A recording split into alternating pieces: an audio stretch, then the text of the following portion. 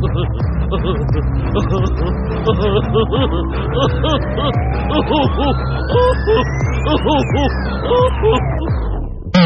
any other name, we are Carnival of Randomness, and we are your court jesters. Greg, how would you feel like wearing one of those hats one time? I would love it. Would you care to do a cartwheel? I got hats that jingle, jangle, jingle.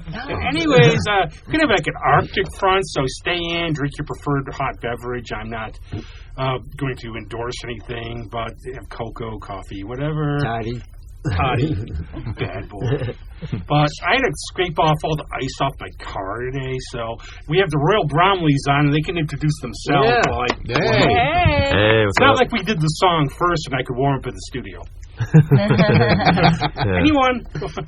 Yeah, so I'm Mike. I'm singer, rhythm guitar player, and this is John over here. I'm John. Yeah, I play guitar and bass and sing sometimes. And I'm Laura Kuppinger, and I play percussions, cajon, and sing. And I'm going to say they have all Bill's stuff on, and just some irony when we're recording. It's Edgar Allan Poe's birthday. Does that mean is it a good omen or a bad omen? I think it means the Raven's going to die. Quote the Raven, nevermore. I don't know. There's something, maybe they'll be like the Red Death. They'll pop out on the field or something. Maybe Derrick Henry breaks his ankle. But anyways, how did this all come together, this band? And Superhero Orange. I think I'll probably tell a story. So, Laura and I was in the Earth Tones here in Rochester for several years. That's Brian and Eva's band. Big shout out. They've been nothing but help for us. And Laura and I decided that we wanted to get a new group together. We got assembled a bunch of people together, and it wasn't a group that was really, as everyone knows, not every group makes it, right? And we were kind of struggling, having problems, and somebody in the group said, hey, I've got this friend who I think you guys would really, like playing with. So that's when Mike came in, and the group that we were at before dissolved, and we held on to Mike, and we were like, well, let's just start a trio, So we started. You want to take it from there, Mike? Well, yeah. I mean, I was hauling all my gear over to their place, and I had on Bromley, on Bromley Street. Acoustic guitar, electric guitar. That might mean something. Remember that Kitty story? Yeah, right. And I, my saxophones, because I play saxophone as well. So, we started bringing all that gear over, and then eventually we just decided we're going to become an acoustic trio, and it kind of worked out from there. And now we rehearsed both at my place and at their place, and then it became just my place. But he has the better studio. Yeah, his place is a much better studio. Better space. Well, it is on Royal, so that's right. Greg, is there like some serendipity sometimes, just when you're going around to play, that hey, dude, want to play this, or you find people like this? Yeah, I mean, people just kind of come and go, and then you remember this guy from, hey, this guy was really into this, he didn't fit at the time, but now we're doing this, and he would be perfect, or she, and it just kind of works out, Well, originally we were trying to target 90s band demographics. I think you guys were like, well, there's a lot of classic rock out there, and now we're trying to target something else. 70s and 60s. That's a good idea. Not the band, yes. It's going to play out very soon. And we were trying to do that very, I think, by the book, playing the songs as close to the originals as possible. Yes. And I am not that mentality, probably because I'm not as good as these guys are, so I kind of change it myself and like to play it my way, and they kind of adjusted to me, I guess, or they also embraced that. And John and Mike are both songwriters as well, so that weighed in heavy as to the other material that we started to come up with. And so now we do twists of cover tunes, and now we're doing some originals too. What's that? I'm a restless guy by nature. Yeah. So all the years of playing in cover bands, I was always really itching to mess with some of these songs, and twist them up and change them around, flip genres, whatever you can possibly do to a song. Take a song in 4 and put it in 3. Like whatever. Like we were doing the compound metering the other day on that one song we're working on right now. It's like, just songs that do not belong together, and you just ram them together, and it suddenly works, and you're just like, wow, this is magic. I thought that was really cool. You guys were warming up earlier, and you did this "Don't Ask Me Why" by Billy Joel, and the way you did that was very, very cool. Thanks, John pretends to be Django Reinhardt on that one. Well, I mean, you took a really slow song, and that was the figure, right? Yeah. I don't know, just kind of spiffed it up. And so, are you guys like influenced as a like? I mean, I'm hearing like Kingston Trio-y type stuff here. So, I mean, is that your roots, or are you just did you just kind of distill it down to 3 people and acoustic just for ease? I mean, are you more like rock and roll people, or I mean, what's the basic background? We are a wide variety. Well, John and I, we're out in California together, and out there we did a funk band. So it was Double Funk Crunch was the name of that ran band. for 15 years, was it? Yeah, that's great. About 15 years. Very much like a Nick and the Nice Guys kind of thing. You know, played a lot of corporate parties and weddings. Yeah, festivals and a lot of 70s. We centered very much around the disco and funk, and then as that trend kind of waned a little bit, we actually expanded out and had a lot more rock and a lot more jazz and dinner sets and ceremony music and everything, and we had the whole horn section and everything. And it was a lot of fun. Okay, so that was our beginnings. You know what you remind me of a little bit, just from I've heard, maybe I'm way off base, the Yonder Mountain String Band. Oh, yes. Oh, I love those guys. And I was thinking when you were mentioning, I literally was at Record Archive and go to see my friend Overhand Sam Snyder, and I hear the Buzzcocks falling in love doing this bluegrass, and I'm like, what the heck is this? And I actually went up, they were playing, and I bought it on site there. Awesome. Because it was cool. And I like, my view on that, too, is like, if I'm going to go see a cover band, like a cover tribute band, for a tribute band, you really want to hear as is. Now, my view on that is, if I want to hear as is, I can stay at home and play the CD. I want to hear people having fun, trying to do different things. So that's why one of the things I really enjoy is stuff like that. One of my favorite covers is Sail On, but the Super Suckers version of the Commodores, they turned into a country song. Nice. Really? And it's really good. It's on there. It's called Devil's Food. It's like a mix of, they do Eastbound and Down. Hey, ya. Oh, Eastbound and Down's great. AC/DC Bluegrass. I think a great song is a great song. That's one of the things we look for is great songs. Like the one we played before is the Billy Joel song. I mean, that's a great song no matter what you put it in. I mean, we could have turned it into a jazz tune, or we could have turned it into a country song, or it wouldn't have mattered. It's still going to work because it's a good song. You know? Right. Yeah. And then we just find ways to have fun with it ourselves, and it seems to translate at least. But I can't imagine. How did you get your band name? I'll never figure this one out. that was, so I live on Royale Drive in Fairport, and these guys live on Bromley Road, and we went over for a long time, putting out all kinds of different things. Zoinks was on the table. Yeah, Zoinks. We were almost called Zoinks. Beer can strap-on made its way. I think I'm the one with the kibosh on that. I wonder what the offers for gigs would have been. We may have alienated some of the more family events. Flannel Kitty? Flannel Kitty was the name. It's just hard to agree on something, and it kind of gets to the chemistry of the band, too. You're like, we can't find a name. Yes. Well, the pressure was we had a gig. Yeah. And they were like, what do we call you? Yeah. And it was a cancellation gig. So Johnny's, which is, I mean, I played Johnny's a million times with the Earth Tones. Johnny's, great venue up there on Culver. And they had said they had a cancellation. So we were like, oh, gosh, well, we could do this really quick. And she's like, well, what do we call you?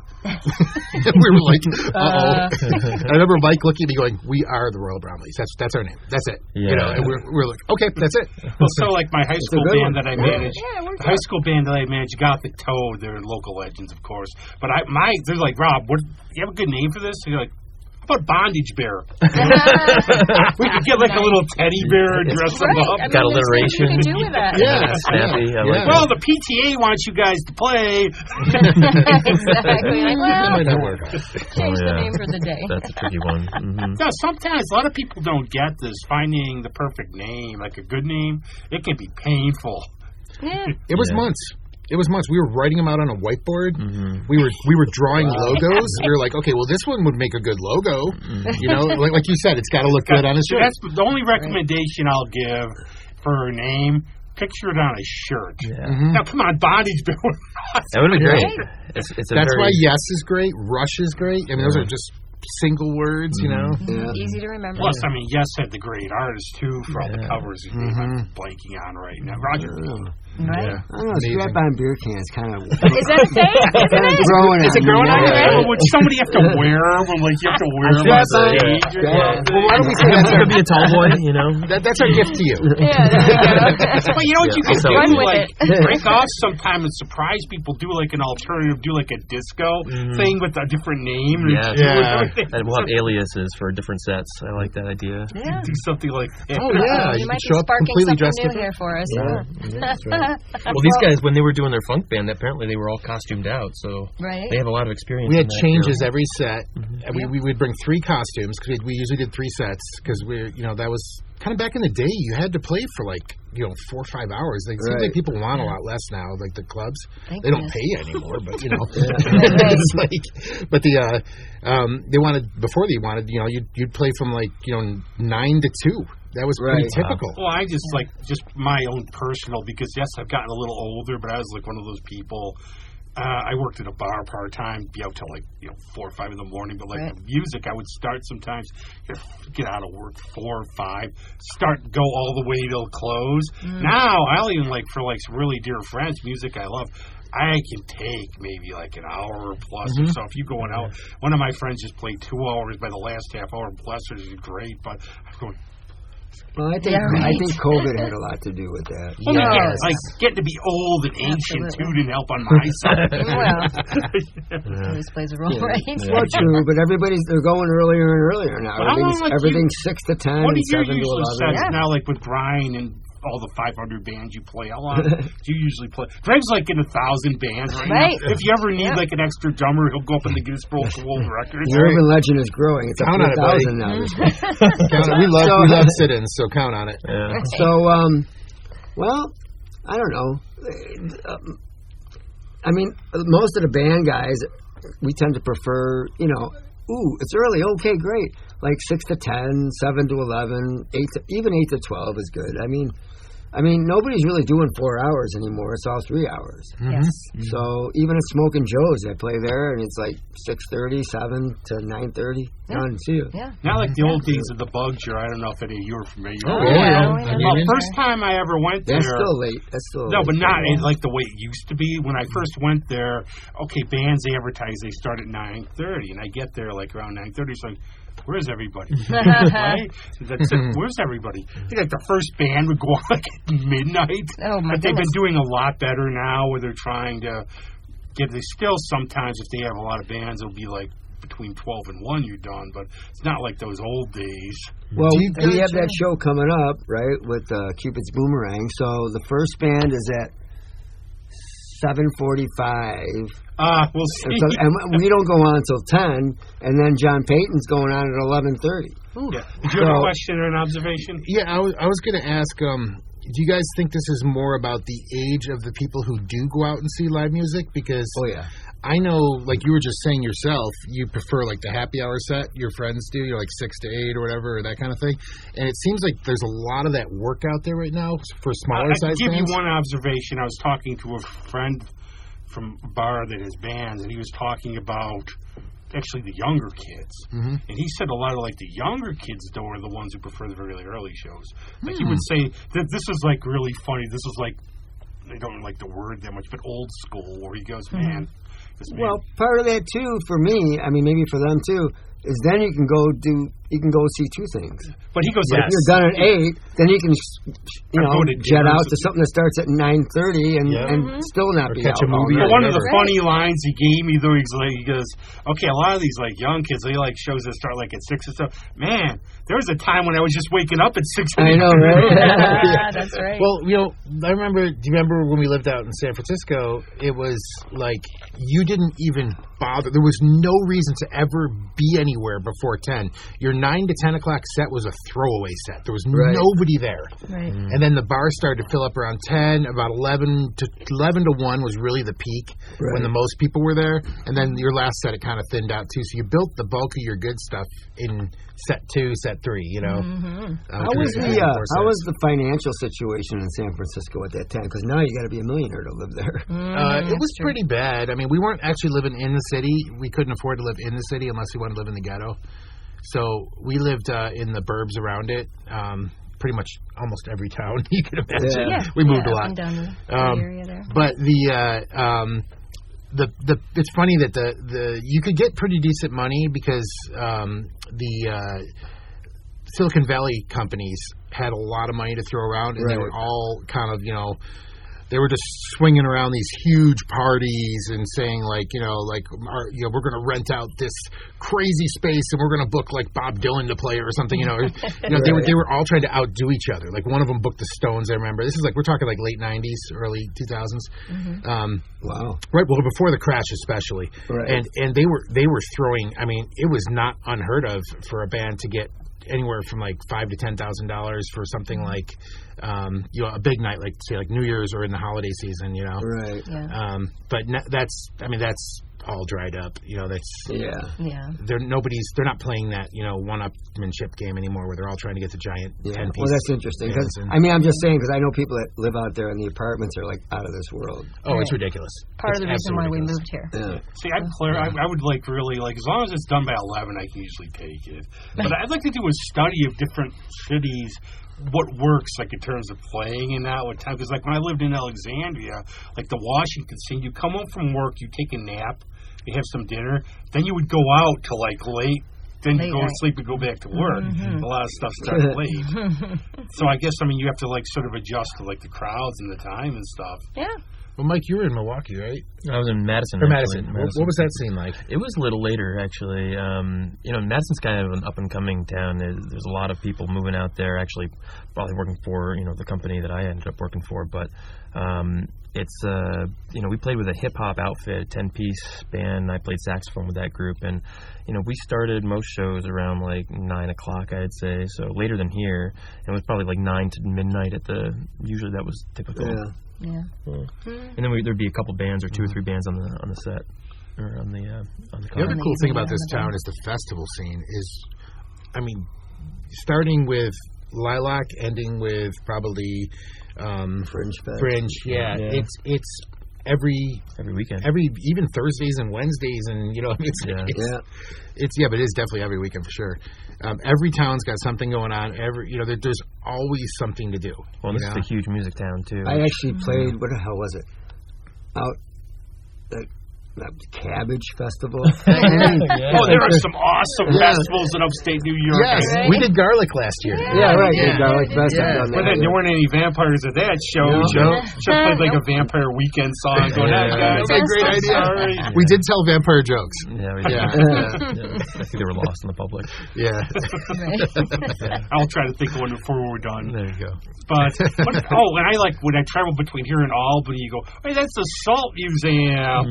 The Onion Fest is coming up. The Sauerkraut Fest. Well, I think it's cool though because like you're saying, there's a lot of festivals, and now it's not so weird to have bands. It used to be like you're going to have a band at a family event. No, you know what I mean. Now it's like, let's have a band. Okay, it's become a lot more.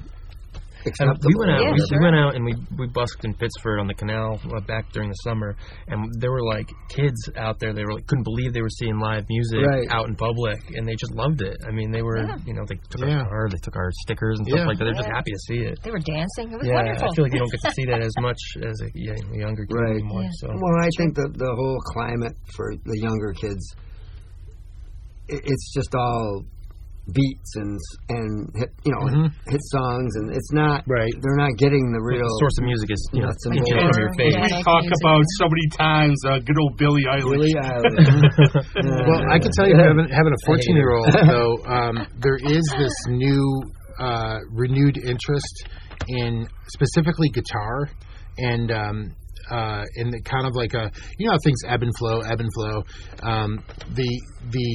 The whole trap beat, you know, setting up loops, creating sounds and stuff thing. It's obviously still very alive. Electronic music still has huge festivals and all that, but there is a whole resurgence of young people wanting to play guitar and do the singer-songwriter thing and the coffee shop thing. And the open mics are full of young people. You know, so I love to tell this story because we didn't have that. I went to see Dick Dale, and I went to go meet him at House of Guitars. Nice.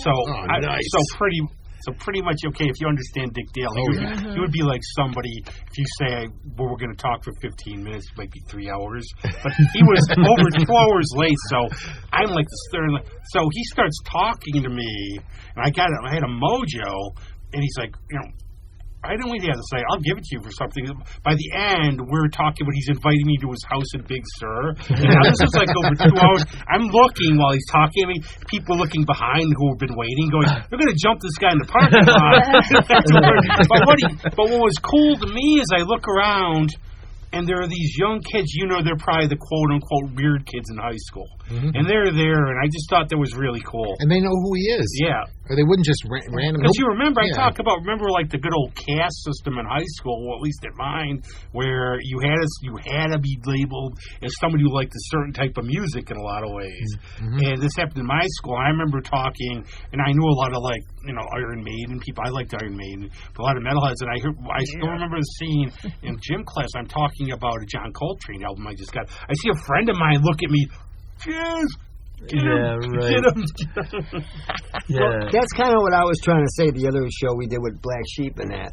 Is in the way we have farm animals on too. We're all nice. They just got inducted to the Hall of Fame, right? Yeah. But I said something like that I was in the top 40 and stuff in high school, and I kind of made a disparaging remark about it. But it was like, what I meant by that was that everybody was into all this psychedelic, trippy, heavy, and me, I'm listening to Grassroots and Three Dog Night and stuff like that, and I'm thinking, this is great, you know. I don't know, I just always liked radio type stuff. Well, I had something where my brother was in a punk band that played at Scorgies all the time, so I was brought into that world, and I heard all this stuff. I heard all the Ramones. Now I hear the Ramones at Target or Walmart. Which is like a, you know. Well, you know, it's now the zeitgeist. Like we do a lot of, not a lot. We do a handful of jazz standards, and we're starting to add some more. And you know, you would say, why on earth would you do a jazz standard? But the reality is, they're just pop songs that are old. Yeah. Right. Like All of Me is straight up a pop song. I mean, it's almost Santeria from Sublime, right? What's going on too is all these great American songbooks. Dylan's done them. Rod Stewart's done them. Yeah. Actually, I really like Dylan's ones for some reason, but so that's what it is. Yeah, you got to know your chords for sure. Go back to, I always like doing the superhero origin stories. More music is a crazy business. And say, what actually first when you're younger got you like, I really want to do this crazy stuff. Does it just call to you? I've always felt that sometimes with people in music. I think a lot of it's family, right? Like upbringing or school. Yeah. Like I mean, there's always a lot of people have that story with a teacher that inspired them, or how'd you get started? You know, the guy from Whiplash. Did you get the shit beat out of you with a stick? Faster! Yeah. We used to do this on the show when we started out here. Like throw stuff at the guests. Greg would throw drumsticks. Talk!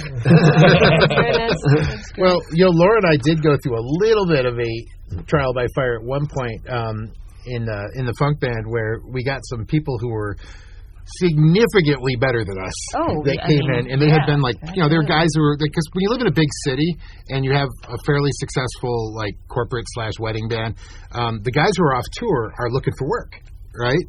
So we would get these guys in who like we have no business playing with, right? And these are the kind of guys, you know, like behind the drum set, they be scowling at you like you're like, is that guy gonna murder me? If I play the wrong note. Exactly. And it's just, you know, I mean, it's they're not mean people. It's just they take the music very seriously, you know. Right. And you know, especially us, a couple of white kids playing in a funk band, you know, and it's they're just like, you know, like, come on, get on the beat, go. You know, and I had to learn like what it means to play on the back of the beat. Like it just wasn't from playing a bunch of AC/DC riffs as a kid. It wasn't inherent to me to understand what's going on in an Earth, Wind & Fire song. You know, it wasn't there. Yeah. You know, so I really had to learn that kind of stuff. Very good for our chops, for sure. That's funny. I had that conversation with the drummer in Black Sheep. I was talking about ahead of the beat, on the beat, and he didn't get it. And I said, well, and then I kind of explained it to him. I held my hand up. Okay, here's the beat. Then if you play a little slightly behind it, you play a little slightly ahead of it. I mean, it's you got to feel that. I mean, I mean, you have to learn it, but it's something you really have to figure out. And starting with listening to things, right? Listening to the songs that do that. Because I mean, I've heard some stories about that particular, like Rod Stewart wanted Carmine Appice to play behind the beat, and he had to adapt to that. And he's great, right? So, you know, there's always something to learn. Worked out. And then there's like Drumbo and Captain Beefheart, where there isn't a beat to be talking about. Really, I love Trout Mask Replica. I actually heard I was coming home on Wednesday, and I heard a DJ saying, "Well, it's the anniversary of Trout Mask Replica, and we're not going to play this." But I remember from Zudhorn Rollo's book, he said, no way were we ever going to get together to ever do an instrumental, do this stuff, to learn this stuff again. Yeah. And I forgot what Beefheart, he sung off the beat or just off something. He just did whatever he wanted, I thought. Yeah. That's what it sounds like. And just did like, okay, I'll start now. Yeah, right. And I think like that, anybody out there, that's stuff you either like or you don't. Yeah. Well, Laura, you got an interesting story about how you had music in your life. Oh, well, family. You know, my father was a trumpet player, and he was right out there in the jazz scene, and had, you know, he played with Nelson Riddle, right? Nelson Riddle Orchestra? At one time, at one time, and decided to settle down with my mom, thank goodness, because then I was born, but, you know. But no, he played in San Francisco, all over, in the clubs and all that, and, you know, just enjoyed music, played every single night at home. That was what Dad did. He would go in his bedroom and play his trumpet and, you know, work really hard on what he was doing. And my mom played piano, so, you know, music was introduced to me at a very young age. And, of course, once I was in school, I was all over learning instruments. Flute and singing and marching band and, you know. I did all that, too, The Bromleys. I mean, I think it gives you structure, too. It gives you something to shoot for. It's like, if you like what you're doing, then you'll lock yourself away and practice. Nobody makes you do it. I mean, right? No, that's can make you, but then you won't want to. Yeah, that's a seed within. And you know, I think for a lot of people that don't really have any set direction, all of a sudden, wow, hey, I like doing this. You know. How did you get started, Greg? Me? Yeah. Kind of weird. So, really? it wasn't the Beatles. No, okay. It was Cubby from the Musketeers, or the Mouseketeers. The Mouseketeers. And he played drums. And one of the shows, he did this solo, and it was a huge production.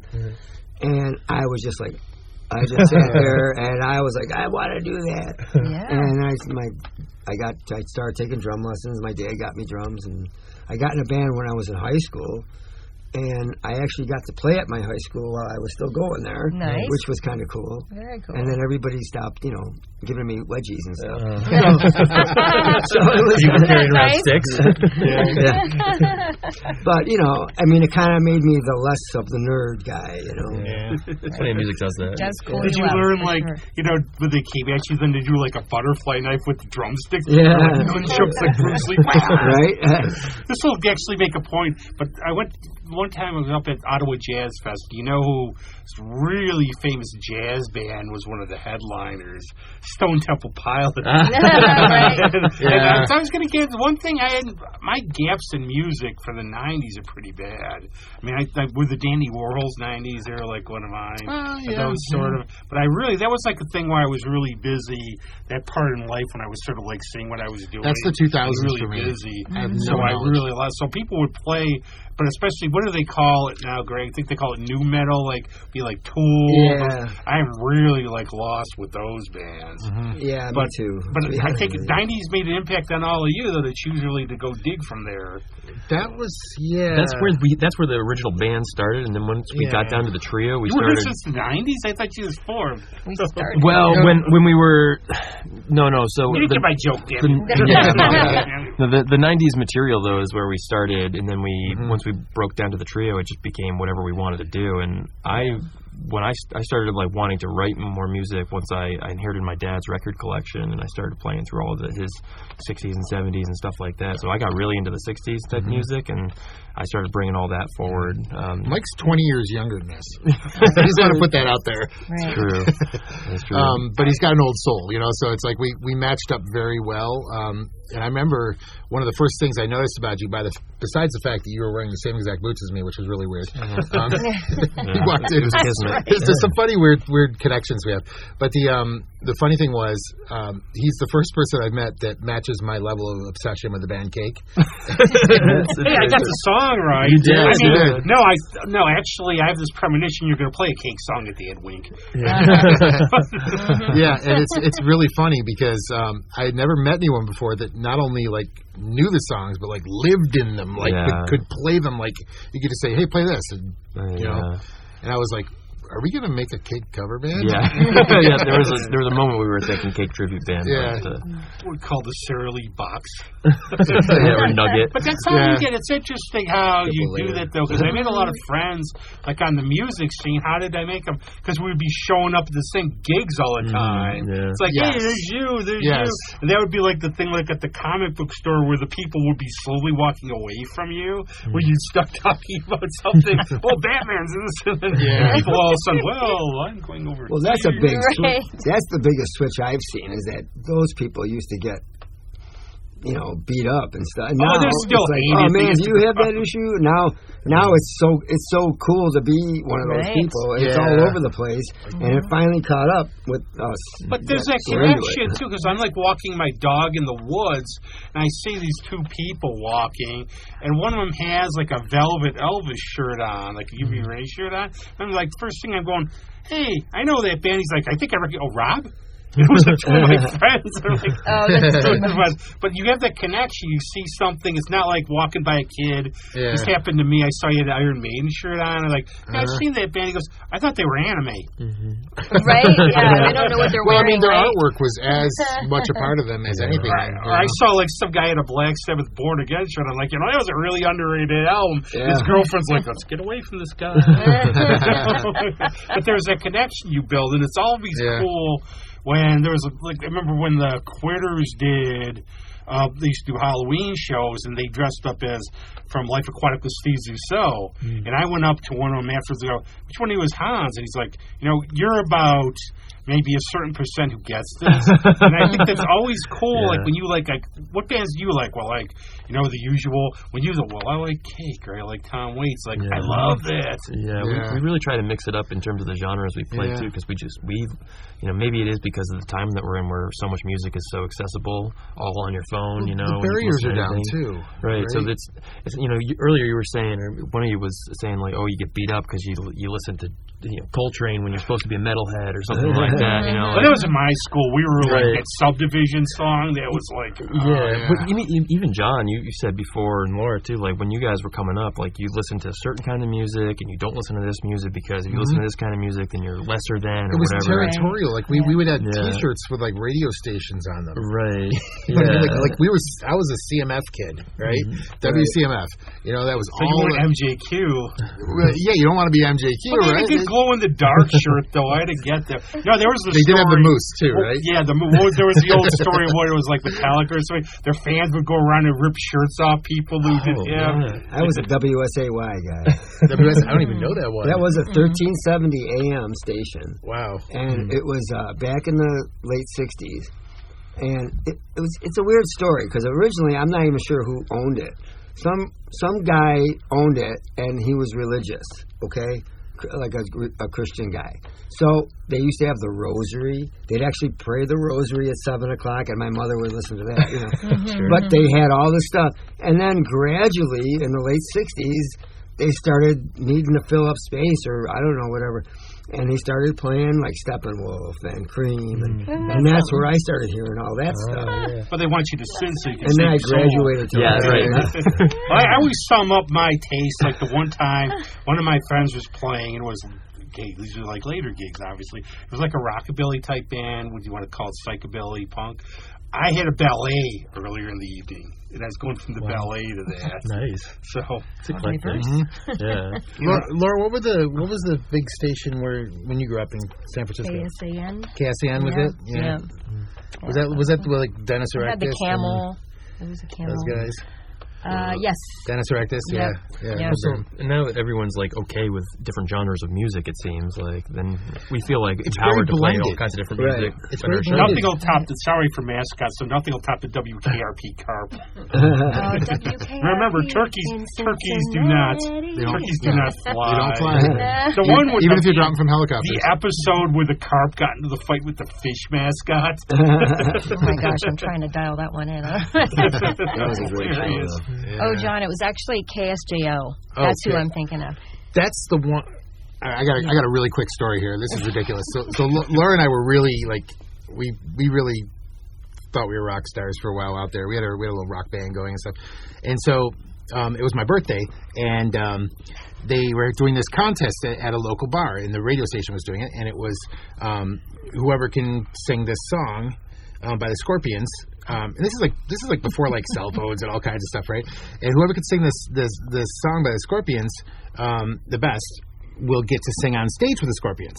Right. And we were going to get free tickets and all this stuff. So we were like, oh, this is awesome. And so we ran to the music store, which is Tower. That was the big one out there. It's kind of like Record Archive is there. Mm-hmm. And we went there and we picked up the album because it was a brand new song.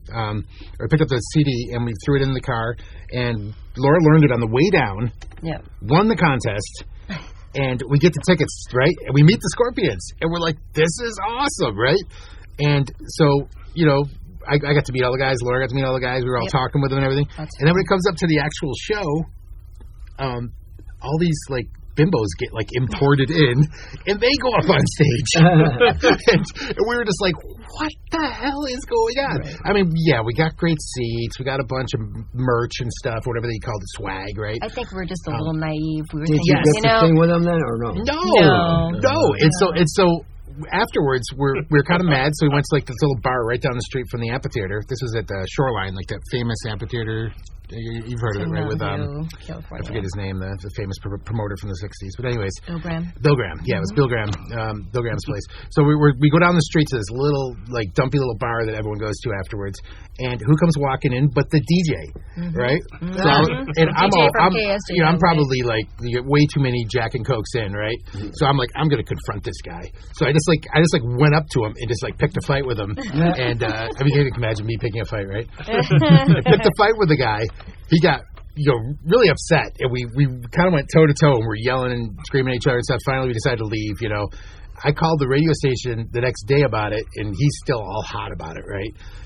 But they said, what's it going to take? The manager gets on the phone and says, what's it going to take to make this go away? I'm like, I don't know. What do you got? And the guys mailed us this big box with like T-shirts and stickers and mugs just and a bunch of merch. tickets to movies and like free passes to concerts and stuff. This is big old box of stuff, you know. And I was like, all right, that'll work. I'm not mad at Oh my gosh! And I'm the one that was supposed to do the singing there, not you. I know, wasn't the one me. that went. Yeah, I was just the. I don't even think we were married at that point. I think we were just dating, and I was just like the angry boyfriend, you know. Right. Who was like, you're not screwing her out of a chance to get on stage with the Scorpions. I tell my friend John Adams this. I was almost there.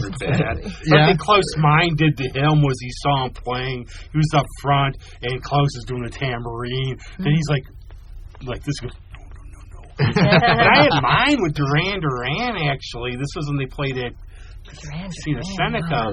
My friend Hayden, unfortunately, he's passed, but he was a huge. So he went all out. He got we had a suite up on top, and we're walking, and we smuggled alcohol in, we had big bags of it. Oh, we got to bring a change of clothes here. So I'm walking over, and I go, wait a second, was that Nick Rhodes? And I looked, they were next to us. And they came into the room because we had all the booze. Where to go? So they were all great guys. Yeah. I'm not going to say there was one which I will not comment on about how I'm very faithful to my wife on tour. Okay. Happens in Vegas. But the thing was, we stayed over. Now we're leaving, and they're hanging out with us, and they were crying. They're like, "Hey, girls, they're with us." And I'm like, but I always have a soft spot for them too, because they always say never. And I can tell some stories of people I met. I wish never meet your heroes. Yeah, they wouldn't. But then my friend Hayden was like, "This is the biggest night of my life." Yeah, I don't want to meet my heroes. But some of them you don't want to meet. But these guys were all really cool. Just the funny part was when Hayden got this big book they had, tried to rip it on Simon's about pen to sign the thing because he had to go on. But sometimes it's really cool when you meet them. And most people I've ever met have been really nice. And I see knowing musicians, what they go through, too. Oh, sometimes with idiots. And on the level of, imagine being like that more popular. I mean, I've seen, Greg, how many times have you been, with groupies and stuff? Can't get to your car and such. No comment. See, we're going to keep that quiet, too. Yeah. When the tell-all book comes. There's something I wanted to get back to you talking about. All the times my life sucked? Okay. About age difference. Now, I see a lot of bands like my good friend Michaela. All the people in her band, they grew up together. They went to school together. They know each other. Now, a lot of other bands I see, though, it's a mix. It's younger and older, and I think you both bring something if you're open to different perspectives. Yeah. And I see a lot of friends of mine, they're playing with a little more seasoned musicians. Yeah, that's these guys. I'm not the seasoned musician in the group here. Right, but Mike has some salt and pepper on the show. Mike has brought things to us so that he's introduced me to groups that I've heard of, but I never bothered to pay much attention to, or I struggled with, and I don't get it. Radiohead was a great example, right? Never got it. I just couldn't get it. But then Mike was like, "You got to start here. You're starting in the wrong spot. You got to start here." It's niche. Some people don't like that. And now I'm a big fan, and it's because I missed it a little bit. I was just a little bit early for when it was coming up and hitting the zeitgeist, And there's a lot of stuff that for the four of us actually, would look at and say, "Oh my God, how do you for a perfect example was the other day when I was bringing that song in What a Fool Believes, right? And obviously you guys know the song, right? But it's not on Mike's radar because. For whatever reason, I know Long Train Running. For whatever reason, though, I mean this smash multiple Grammy winning, song just didn't make it through the zeitgeist into his. The 80s are a big black hole for me. I'd have to deliberately go look into the 80s to find anything in there. Well, I never bought the revised Doobie Brothers myself. I mean, they're kind of back together now. And it was a producer-driven thing. Right. Yeah. Have you ever seen their Beacon Theater? It's streaming every now and then. You can see it's a show at the Beacon. Oh, my God, they're great. That's actually one of the things, too. One of my many exes, she used to say to me, if I was a little younger, Radiohead would have been the band I was into. That's a good question if anybody wants to answer it. What was any musician band, you just never, ever got, but either way, either you never got or eventually you came around to really liking, or you just never still get? I have my own. It's actually Van Morrison. Oh, okay. And for a long time, I just couldn't get. I still don't get Van Morrison. You know what? But again, we try to go. Sorry, Brian. Artists. I know you're listening. We always try to go. Okay, we can debate this some other time, artist and art, because I know what kind of guy he is a little bit. Well, I actually know more about him. I never got stuff like Captain Beefheart or Zappa. I mean, I get that Zappa is super musical, but I never liked. I'm with you on that. I never liked the cynicism. I don't like cynicism to begin with. Yeah. I don't like sarcasm in lyrics. So, it's why are you going to use the very thing that you're making fun of to make fun of it? That's right. I mean, that makes no sense to me. I think he's the way I look at Zappa is that's a guy who went through very, very probably entered it very altruistic and feeling like, okay, I'm gonna do this thing, and I'm gonna write everything out. I'm gonna build this up, and I'm gonna make these great songs and work with these great people and all that stuff. And then he came up against the industry. Yeah. And the industry hilariously continued to release his albums, completely mocking them and tearing them down and exposing all the things they do. But they were going to make money off that too, so they were like, sure, whatever. Yeah, I guess that's a good point. Yeah. Zappa went to Congress too, right? And didn't he have to battle the whole? He got very bitter towards the end. But Joe's Garage, have you listened to that one? A long time ago. That's a good entry point for Zappa if you ever want to give him another shot. One of the coolest guys I've ever met too. Thank you, Tom Cohen of the Bobs, Jimmy Carl Black. He is like one of the coolest guys. Who's that? Jimmy Carl. He's the drummer, like for Freak Out and everything. Oh, okay. They brought him in. There's a band, Jack and Jim, and I brought Mothers of Invention. He's like, sign this. Like, sure, man. And I guess he told when Tom Cohen was driving, he told all these great Zappa stories. That's before Mosey. He would be the one though. Remember the one they introduced the band, and then Jim goes, "I'm Jim, and I'm the Indian." that's the guy right there. Did you guys ever hear the Tractor? Laura, did you have somebody that said about bands though that you just don't get? I don't know. I guess Zappa is one of them. Yep. I didn't really. How about the jam band stuff? Well, yeah, we can probably. Well, okay. So yeah, I have a little issue with jammy bands, and it's nothing to do with their musicianship or anything like that. Because usually the musicians involved in those types of bands are excellent and know their instruments very well and play very well, but they're not typically vocal. Or even sometimes vocally talented. Right. Yeah. And they might sing, but they don't necessarily sing super well or just with a lot of character or, the things that make my ears go, yay. Yeah. So it's something to do to get to the solo. To get to the, Right. Well, that's kind of how I feel about a lot of this, like the Cookie Monster metal stuff. It's like, I love the music. If this guy would just not sing, it would be great. Like the drumming is insane, right? Yeah, the drumming's out of this world.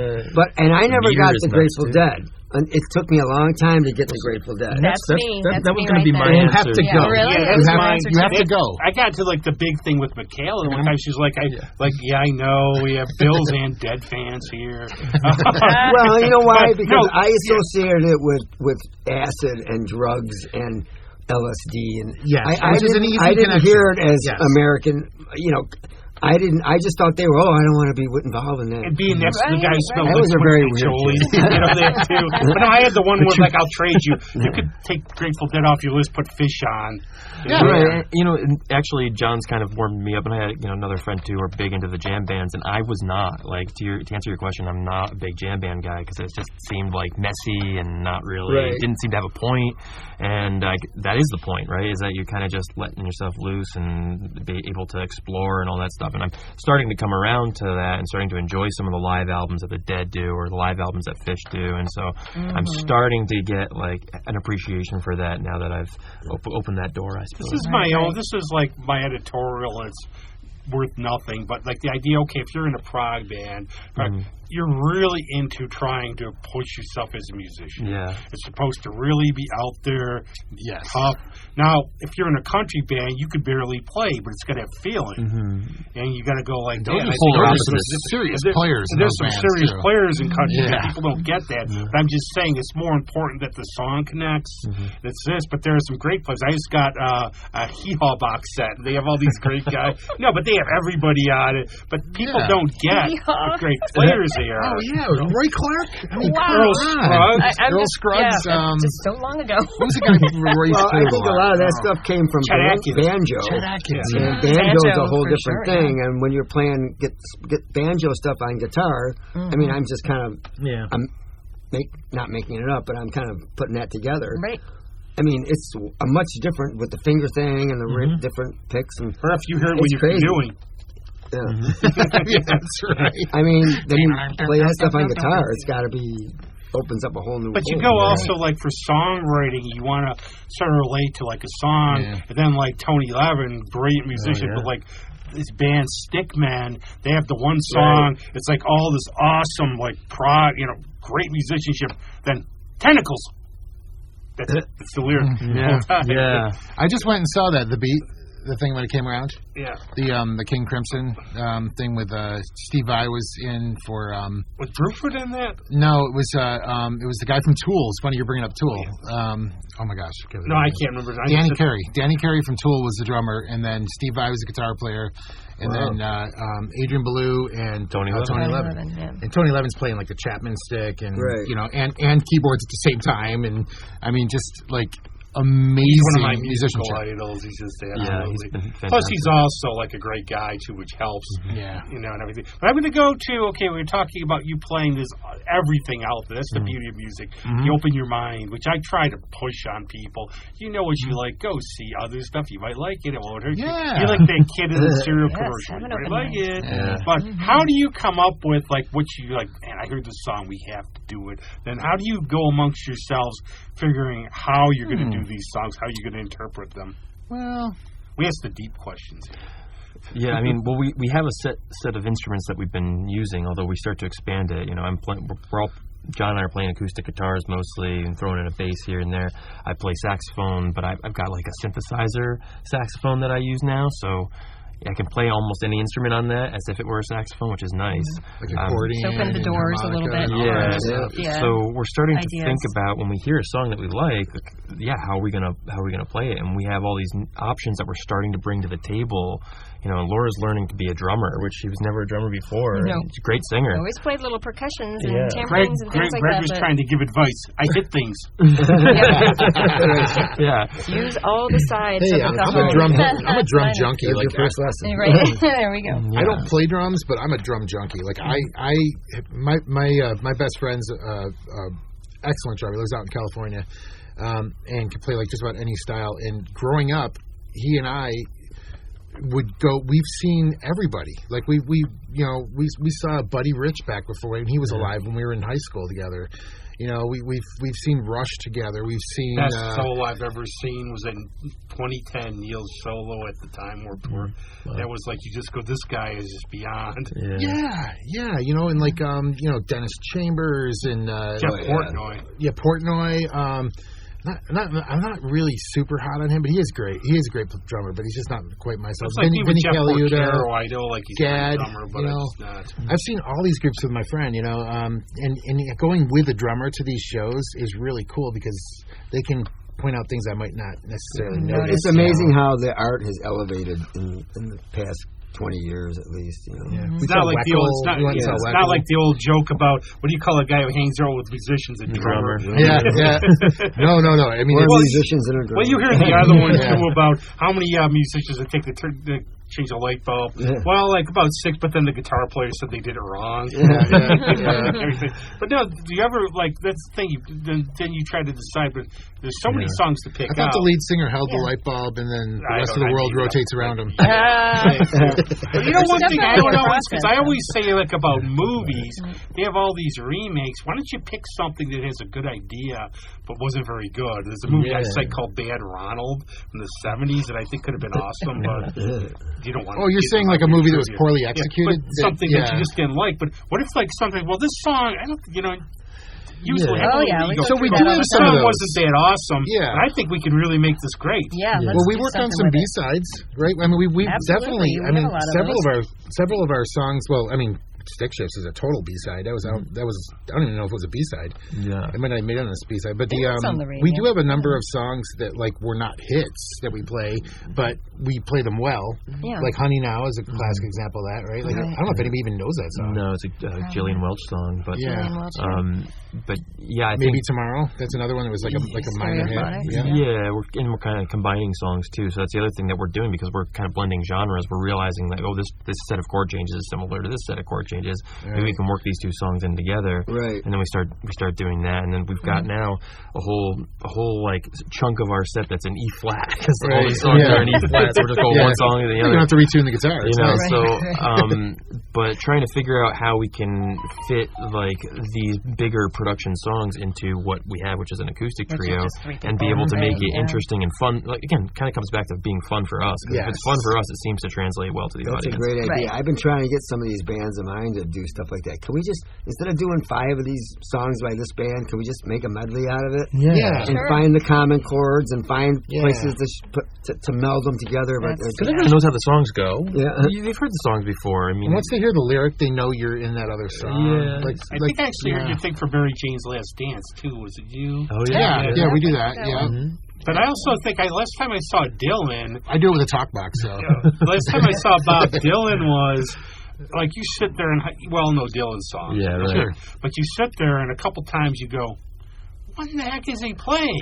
Because he's doing like he did Like a Rolling Stone the way you never heard it before. Right. Yeah. It ain't me, babe.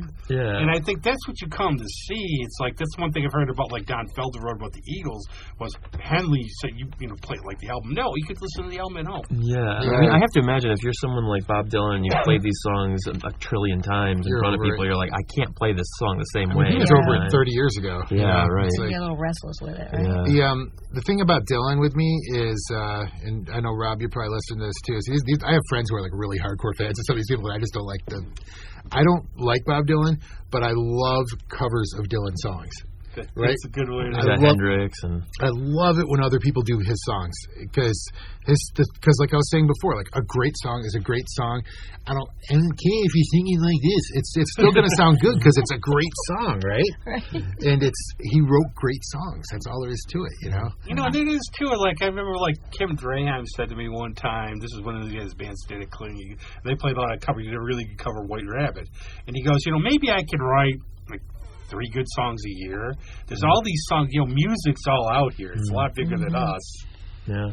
I think people too, unfortunately, like I think you should have to Trojan horse a little bit with original music, where you have to sort of bring them in with the covers. That's what we talked about too. But you could also do like because you're playing some of these more obscure things. That was awesome. Yeah, I did that. One of my friends did that because he was playing like Hank Williams III. All these, they all thought it were his songs. Yeah. Well, we do have some originals that sound like some of the other stuff we play. So we just play them. Right in. And no one even knows. And like sometimes, one of our friends might be like, was that like who was? I'm trying to figure. I can't place who that song was. And it's like, oh yeah, we wrote that. Yeah. And I would get like a moment when one of my friends plays songs like, wow, you wrote that was really good. Who did you write that? No, Justin Timberlake did. Yeah. I'm sorry. Now you feel bad about yourself. Yeah. Well, you did a really good job on it. Yeah, right. It was you. It wasn't the song. Right. Yeah. We also and I know this is kind of like this is delving into the weird trippy hippie band stuff, but like I think it's really important for bands to spend a little time together, but also like we oftentimes will do what I think a lot of bands would consider to be very strange things. Like for instance, we weren't going to talk about that, John. But there are some really. Oh, do tell. No, there are some weird things. Like for instance, the other day when your friend Brian was over, right? Yeah. And then we also do like well, I'm just saying. I should probably say what we're doing. So we're really into Rick Rubin, right? We're really into his whole philosophy of how music is very much so. You're a conduit for the art form. The art form's flowing through you, right? You're writing a song, but you're kind of like letting the song. If you get your ego out of it and you just say, what does this song want? Not what do I want, but what does the song want? The song wants to be here, and I'm just going to let it happen. I'm just going to help it along, and so we do like breathing exercises. We've done these really like high pressure 10-minute write a song exercises. Just crazy stuff. Like you write the words right now. I'll write the lyric or I'll write the music right now. We'll separate, put our timers on our phone.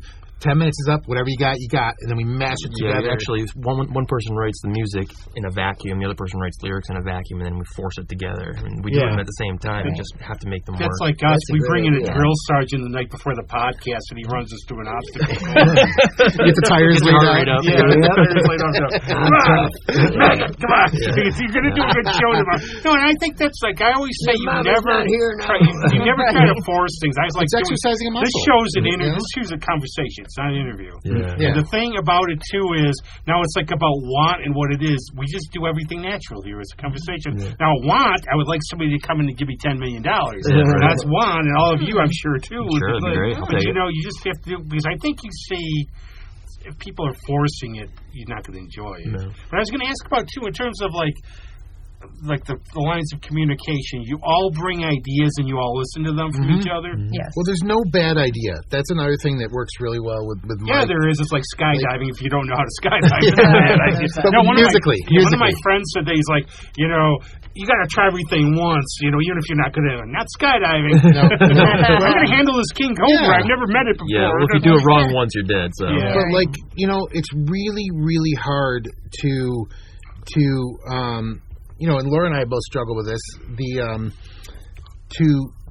It's hard to look at a problem and say, or look at something that's challenging to you and say, I'm going to try this, even though I do not think it's going to work. And you just try it, because some of our best stuff has come from things that I have been like, oh, heck no, there's no way this is going to work. And Mike has said, like, no, look, I got this vision in my head or whatever. Me here, right? Yeah. And I know I've brought several visions where you guys have looked at me like I'm crazy. I like to entertain all your weird ideas, because I feel like even if they suck, we'll at least know which ones are good and which ones are not good. And because they all have a chance, right? Because you got to hear it to be able to judge it, I feel like. Because the way you describe it, or the way I describe it, the way Laura describes it, it's not necessarily going to be the same that we all hear in our heads when you're describing it, but when we get a chance to flesh it out, in practice, then we start to say, oh, well, I can see how that could work, and maybe if we just, put a stop here, or we all, sung harmonies on that part. And don't let it die right away, because maybe it's not a complete idea. Right. Maybe, and we need each other to help flesh it out. maybe we're just in the wrong time signature, or maybe we're in the wrong key, or maybe we're approaching it the wrong way, or maybe we need to play that line backwards. Or maybe we need to read a passage from Rubin. Or maybe we need to read the Vic Rubin book. That's always helpful. I mean, look at some of the Beatles stuff. Like, what's that song off Revolver? He said, or she said, or whatever that. It's got that weird timing thing, Book of the Dead. Boom, boom. It goes back from 3 to other.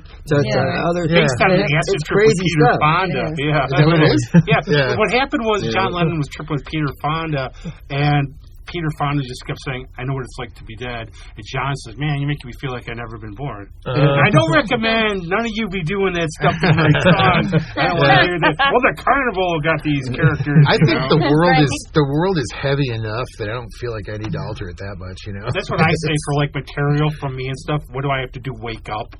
Yeah. Unfortunately, you just go out. But one thing I was going to ask, this is more like for Greg to talk about, too. I think there's, like, partly his growth as a musician, you are going to have gigs or crowds that are just not into it. Just being able to play your best during that. I mean, I know when you went on, you played before 100,000 people before. Some of us aren't as lucky. Yeah. Where do you come up with this stuff? I'm trying to promote you, damn you.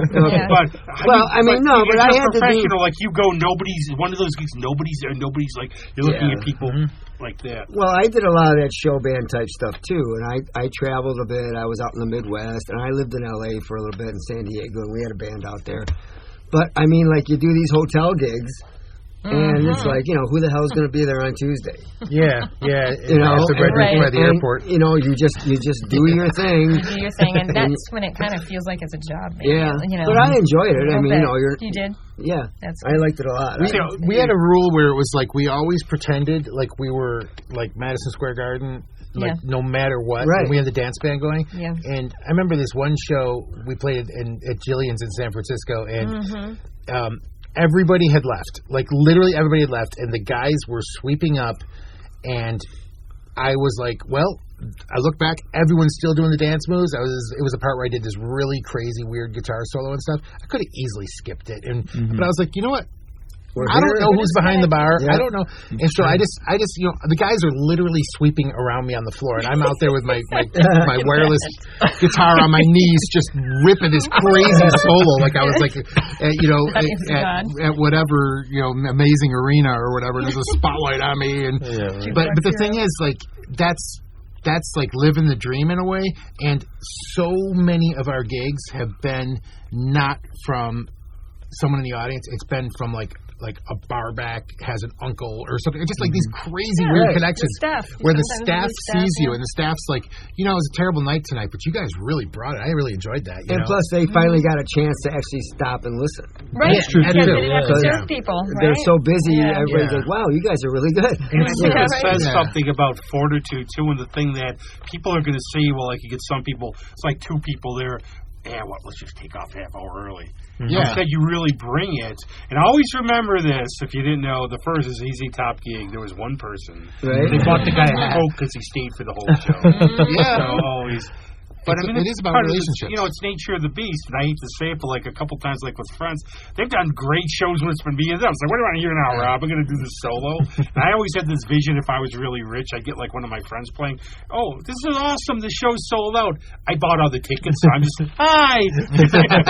The one good thing about that whole thing is on the off nights, you can find the parts that are tricky and work on them. That's true. And by the time Thursday and Friday roll around and there's more people, then you've got it. Yeah, So you sort of have to look at it as, paid rehearsal sometimes. Exactly. Okay, I'll put the costume on, I'll put the tux on, whatever it is. And, you just... It's part of the business. We kind of went through that this past week. I mean, we played a show last weekend, and it was, we had a lot of technical difficulties, and it was not a big crowd and whatnot, and it was fine. It went okay. But then we played the show last night down in Honeoye, and people were, they're packed, and people were singing and dancing along. And, it was good. We were giving them percussion tools. A lot of the audience engagement. And we had cleaned up a lot, like you're saying, cleaned up a lot of the stuff that we had struggled with the previous week. You guys have great philosophies. I can tell you that right now. You are going to have a good feeling about you guys, too.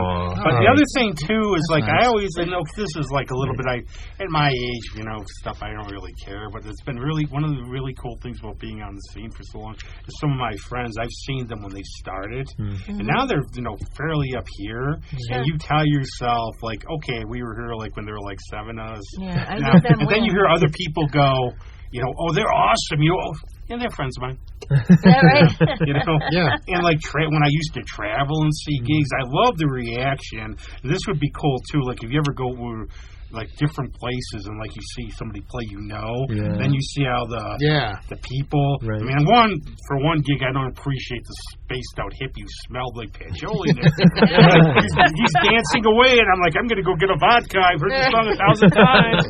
But just seeing people, and they're like, wow, this band's awesome. Or I brought a friend of mine, I got him to come and see a show at Essex last year with friends of mine. He's like, man, I was like, I've been pestering you to come see these bands for a long time. He's like, you said they were good. I didn't know they were that good. And and I think, you've got a nice niche.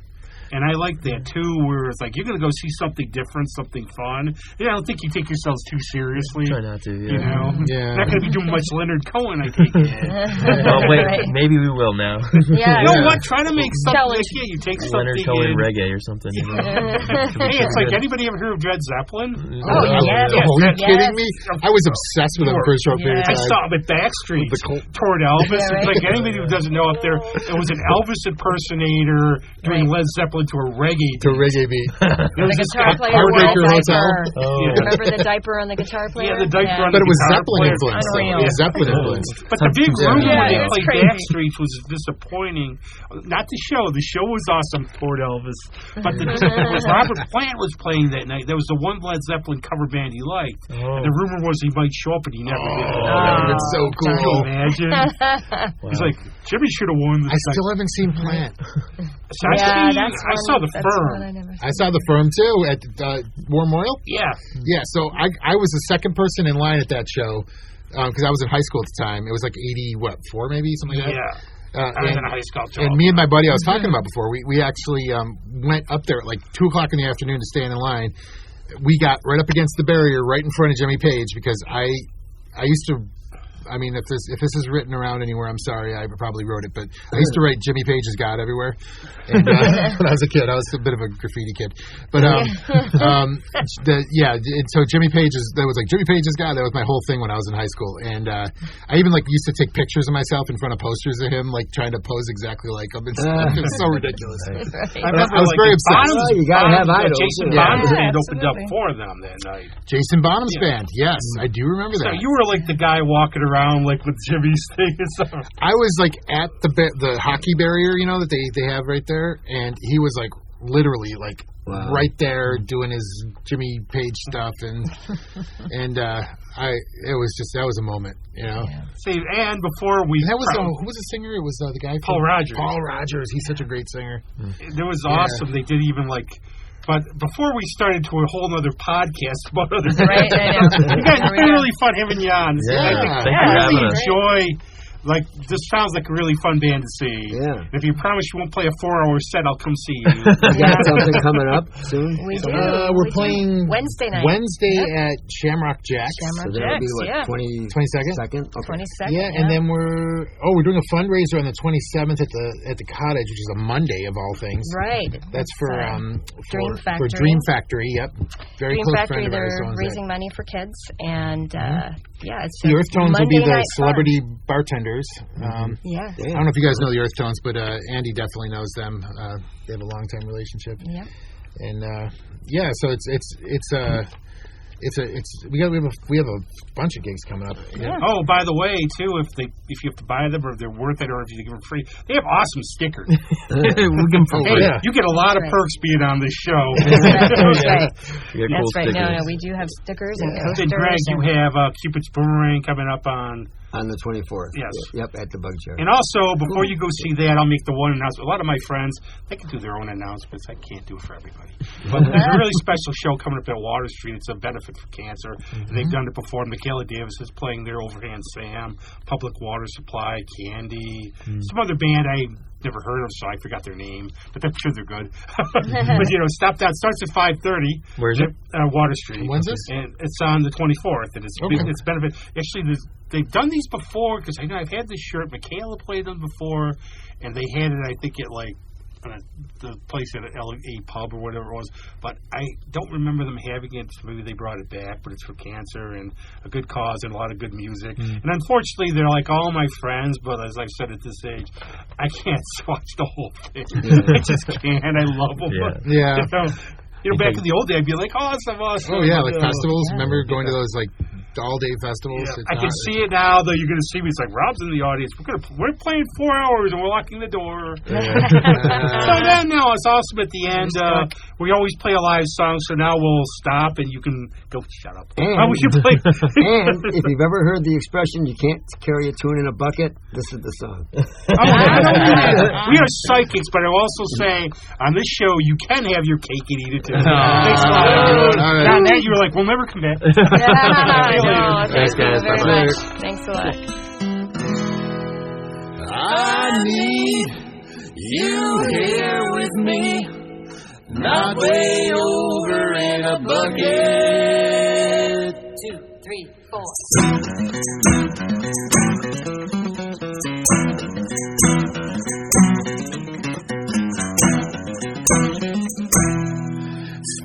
Shifts and safety belts, bucket seats have all got to go.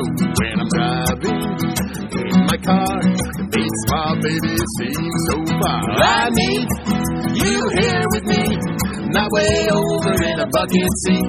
I need you to be here with me, not way over in a bucket seat. When I'm driving in my Malibu, it's easy to get right next to you. I say, hey baby, move over please. Then she's sitting right next to me. I need you here with me, not way over in a bucket seat. I need you to be here with me, not way over in a bucket seat. Well, a lot of good cars are Japanese. When I'm driving far, I need my baby next to me.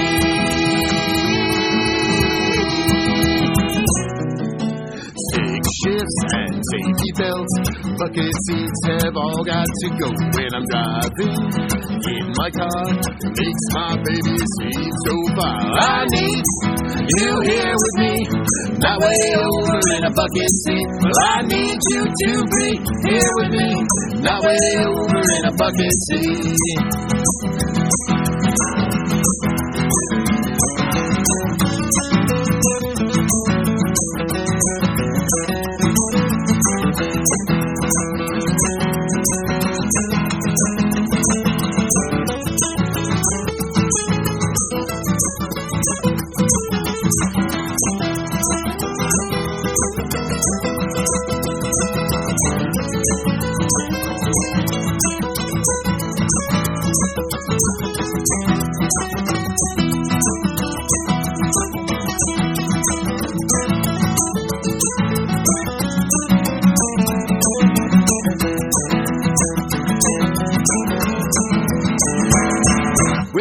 lot of good cars use gasoline. When I'm driving far, I need my baby next to me. My electric car is kinda neat. It even drives itself down the street. If there's one thing I could ask for, please make the next one with a bench seat. I need you here with me, not way over in a bucket seat. I need you to be here with me, not way over in a bucket.